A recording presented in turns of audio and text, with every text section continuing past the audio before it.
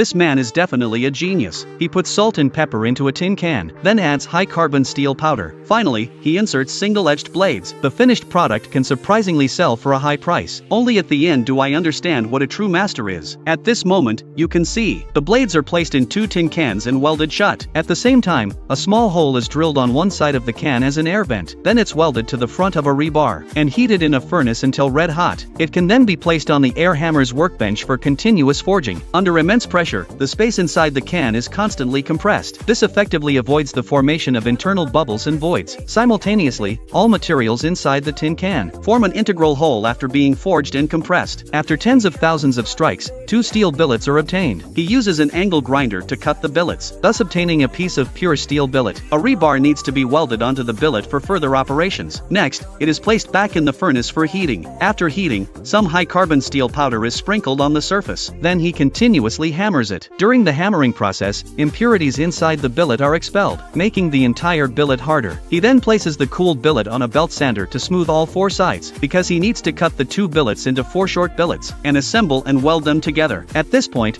the patterns already look very beautiful, but this is far from his requirements, so they must be welded together and reforged. Then continue the previous operation. The red-hot billet is placed on the air hammer's workbench, and hammered with different molds. Through repeated forging and stretching, it takes the shape of a long strip. At this moment, he tightens the long strip billet with tools. This further enhances the internal patterns, thus obtaining a unique Damascus pattern. Next, he forges it into a square shape and cools it in sand. Then irregular ends of the billet are cut off. Continuing to cut vertically, only the essence of the middle part is needed. At this point, the pattern begins to show slightly, but further forging and shaping are still required. Then he hammers the front end into a pointed shape, and slightly thins the entire steel ladder. Then hammers out the shape of the handle. Next, he uses a belt sander to smooth the surface. Then the polished piece is placed back in the furnace for heating until red. Afterward, it's quickly cooled in oil. The final step is quenching. After quenching is complete, it needs to be tempered and polished to create the shape. Finally, it is placed in a diluted acidic solution. After soaking for 30 minutes, it's rinsed clean in water. Thus, a beautifully crafted Damascus pattern is completed. What do you think of his creativity?